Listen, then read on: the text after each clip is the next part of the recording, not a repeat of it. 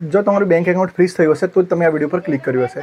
તો સૌથી પહેલાં આપણે સમજીએ કે બેંક એકાઉન્ટ ફ્રીઝ કઈ રીતે થાય. જો તમારું બેંક એકાઉન્ટ ફ્રીઝ થઈ ગયું હશે તો શું થશે કે તમારા એકાઉન્ટમાં પૈસા આવશે પણ પૈસા જશે નહીં. તમે કોઈ પણ પ્રકારનું પૈસાનું ટ્રાન્ઝેક્શન કરી શકશો નહીં. તમે આઈપીઓ પણ નહીં ભરી શકો, કાં તો ઈએમઆઈ પણ નહીં ભરી શકો. ઇમરજન્સીમાં તમને પૈસાની જરૂર હશે પણ તમે પૈસાનો વાપરી નહીં શકો, ના તો પૈસા એટીએમમાંથી બહાર કાઢી શકશો, કંઈ પણ નહીં થાય. તો સૌથી પહેલાં આપણે એ સમજીએ કે બેંક એકાઉન્ટ ફ્રીઝ કેમ થાય. તો જો તમારા બેંક એકાઉન્ટમાં ઇનલીગલ પૈસા આવે છે, ઇનલીગલ પૈસા એટલે કે જો કોઈ તમારી પર કમ્પ્લેન કરે છે અને એ કમ્પ્લેન પ્રૂફ થઈ જાય કે તમારા એકાઉન્ટમાં આ પ્રકારે ઇનલીગલ પૈસા આવ્યા તો તમારું બેંક એકાઉન્ટ એ પોલીસવાળા ફ્રીઝ કરી દે છે. હવે માની લો કે તમે કોઈ હવે તો આપણે બીજો પર્સપેક્ટિવ સમજીએ કે સામેવાળાને કઈ રીતે થાય. જો તમને એવું લાગે કે તમારા પૈસા ફ્રોડમાં જતા રહ્યા તો તમે શું કરશો, 1930 નંબર ઉપર કોલ કરશો અને સૌથી પહેલાં ઇન્ફોર્મેશન આપશો કે મારી જોડે આ ફ્રોડ થયું. હવે ઇન્વેસ્ટિગેશન થશે અને એવું જોવામાં આવશે કે ખરેખર સામેવાળા જોડે ઇનલીગલી પૈસા ગયા છે. અને જો સામેવાળા જોડે ઇનલીગલી પૈસા ગયા હશે તો શું થશે કે સામેવાળાનું બેંક એકાઉન્ટ ફ્રીઝ થઈ જશે, બરોબર. તો એ જ રીતે અત્યારે હાલમાં તમારું પણ બેંક એકાઉન્ટ ફ્રીઝ થઈ ગયું છે. તો તમારા બેંક એકાઉન્ટને પહેલાં તો અનફ્રીઝ કરાવવું પડશે. હવે અનફ્રીઝ કરાવવા માટે કઈ કઈ પ્રોસેસ હોય, હું મારા ફ્રેન્ડની સ્ટોરીની વાત કહું તો મારા ફ્રેન્ડનું બેંક એકાઉન્ટ ફ્રીઝ થઈ ગયું. 2 મહિના પહેલાં એ ગેમિંગ રમતો હતો. એ ગેમિંગ મેં એના પૈસા મળ્યા, 1500 રૂપિયાના મળ્યા હતા અને એનું બેંક એકાઉન્ટ ફ્રીઝ થઈ ગયું. તો મેં સૌથી પહેલાં પોલીસ સ્ટેશનમાં ગયા. અમે નરોડા પોલીસ સ્ટેશનમાં ગયા. તો નરોડા પોલીસ સ્ટેશનમાંથી એક જવાબ આપવામાં આવ્યો કે કોઈ પણ વ્યક્તિના પૈસા, જેમ કે માની લો કે કોઈ વ્યક્તિની સાથે 20,000 રૂપિયાનું ફ્રોડ થયું, તો 20,000માંથી એના 20,000 રૂપિયા જેની જોડે જાય, એટલે કે માની લો કે એના 20,000 રૂપિયામાંથી મારી જોડે 1500 આવ્યા, બીજા કોઈની જોડે 2,000 ગયા, મારા ફ્રેન્ડ જોડે 3,000 ગયા, તો જેની જોડે પણ પૈસા ગયા ને એ બધાના એક બેંક એકાઉન્ટ ફ્રીઝ થશે. તો સૌથી પહેલાં શું થશે કે જેટલા પણ વ્યક્તિ જોડે 20,000 રૂપિયા ગયા છે, જેટલા બી ટ્રાન્ઝેક્શન થયા છે 20,000ની ઉપર, એ બધા બેંક એકાઉન્ટ ફ્રીઝ કરવામાં આવશે. હવે રિસન્ટલી સુપ્રીમ કોર્ટનો એક ચુકાદો આવ્યો કે જેટલા પણ પૈસા તમારા બેંક એકાઉન્ટમાં આવ્યા છે ઇનલીગલી, જેમ કે 1500 રૂપિયા આવે, 2,000 આવે કે 5,000 આવે, તો એટલા જ પૈસા ફ્રીઝ થશે. તમારું આખું બેંક એકાઉન્ટ ફ્રીઝ નહીં થાય. પણ અત્યારે હાલમાં બી જો પોલીસવાળા બેંક એકાઉન્ટ ફ્રીઝ કરે છે તો તમારું આખું બેંક એકાઉન્ટ ફ્રીઝ કરી દેશે. તો હવે સૌથી પહેલાં તો આપણે એ સવાલ થાય કે બેંક એકાઉન્ટ અનફ્રીઝ કઈ રીતે કરવું. તો આપણે હવે એ સમજીએ.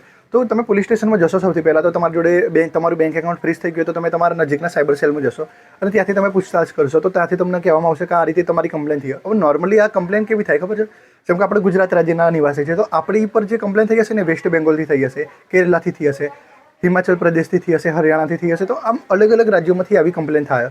તો આપણે હવે એવું કહેવામાં આવશે કે તમે સૌથી પહેલાં શું કરો કે જે સામેવાળા વ્યક્તિ છે કે જેને તમારી પર કમ્પ્લેન કરી એ કમ્પ્લેનને દૂર કરવાની કોશિશ કરો. પોલીસ સ્ટેશનમાંથી તમને એક એકનોલેજમેન્ટ નંબર આપવામાં આવશે અને બીજા પણ અમુક નંબરો આપવામાં આવશે. સામેવાળાનો કોન્ટેક્ટ નંબર પણ આપવામાં આવશે કે આ વ્યક્તિ જોડે તમે કોન્ટેક્ટ કરી દો અને પૈસા પાછા આપી દો. જો એ વ્યક્તિ કમ્પ્લેન પાછી લઈ લેશે તો તમારું બેંક એકાઉન્ટ અનફ્રીઝ થઈ જશે.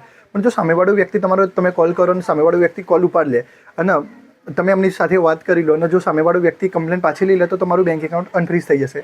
હવે જો આવું ના થાય તો તમારે શું કરવાનું કે તમારા જે તે પોલીસ સ્ટેશનમાં જઈ નંબર માગવાનો, સામેવાળું જે પણ આઈઓએ તમારું બેંક એકાઉન્ટ ફ્રીઝ કર્યું હોય તેનું. જેમ કે મારા ફ્રેન્ડનું બેંક એકાઉન્ટ વેસ્ટ બેંગોલથી ફ્રીઝ થયું, બરાબર. તો અમારા પોલીસ સ્ટેશનમાંથી સામેવાળા બેંક એટલે વેસ્ટ બેંગાલનો જે આઈઓ ઓફિસર હતો તેનો એ નંબર આપવામાં આવ્યો. હવે અમે એ આઈઓ ઓફિસરનો ફોન કર્યો તો આઈઓ ઓફિસરે અમુક ઇન્ફોર્મેશન આપી અને આઈઓ ઓફિસરે એમ કીધું કે તમે જેની કમ્પ્લેન કરી છે તેની જોડે વાત કરો ને એ જો કમ્પ્લેન પાછી લઈ લેશે તો અમે તમારું બેંક એકાઉન્ટ અનફ્રીઝ કરવાની પ્રોસેસ કરીશું. હવે નોર્મલી કેવું થાય છે કે જેની કમ્પ્લેન કરી હશે ને એ જલ્દી કોલ ઉપાડશે બી નહીં, તમારો કોલ રિસીવ બી નહીં કરે અને તમારું બેંક એકાઉન્ટ જલ્દી અનફ્રીઝ થશે બી નહીં. તમને એ લોકો બહુ પણ હેરાન કરી દેશે.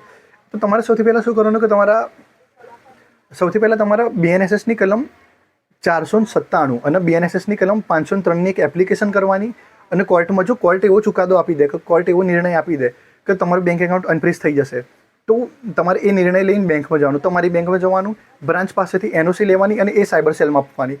હવે તમારે કોર્ટને બતાડવું પડશે કે તમે જે બી પૈસા કમાવો છો એ તમારી સેલેરીમાંથી જ આવો છો, કાં તો તમે જે બિઝનેસ કરો છો એમાં બી તમારા પ્રોપર અને ચોખ્ખા પૈસા આવે છે. કોઈ પણ પ્રકારનું ઇનલીગલ મની કોઈ પણ પ્રકારથી એક્ટિવ નથી. હવે કોર્ટમાં એવું પ્રૂફ કરી દેશો તમે કે તમારામાં ઇનલીગલ પૈસા આવ્યા નથી, બરોબર, કાં તો કોઈ પણ પ્રકારની ઇનલીગલ મની નથી, તો કોર્ટ એવું ચુકાદો આપી દેશે કે ભાઈ તમારું બેંક એકાઉન્ટ છે અનફ્રીઝ થઈ જાય. તો એ જ તમારા બેંકમાં લઈને જવાનું છે, NOC લેવાનું છે અને પછી તમારે નજીકના સાયબર સેલમાં જવાનું છે, ત્યાં NOC આપવાનું છે અને એ લોકો તમારા બેંક એકાઉન્ટને અનફ્રીઝ કરી દેશે. જો આ ઉપરથી બી નથી થતું તો તમે તમારા હાઈકોર્ટમાં જઈને આર્ટિકલ 226 મુજબ તમે રીટ પિટિશન બી દાખલ કરી શકો છો અને હાઈકોર્ટમાંથી બી એવો ચુકાદો આવી શકે છે કે અને હાઈકોર્ટમાંથી બી તમારું બેંક એકાઉન્ટ અનફ્રીઝ કરવામાં મદદ કરી શકે છે, બરાબર.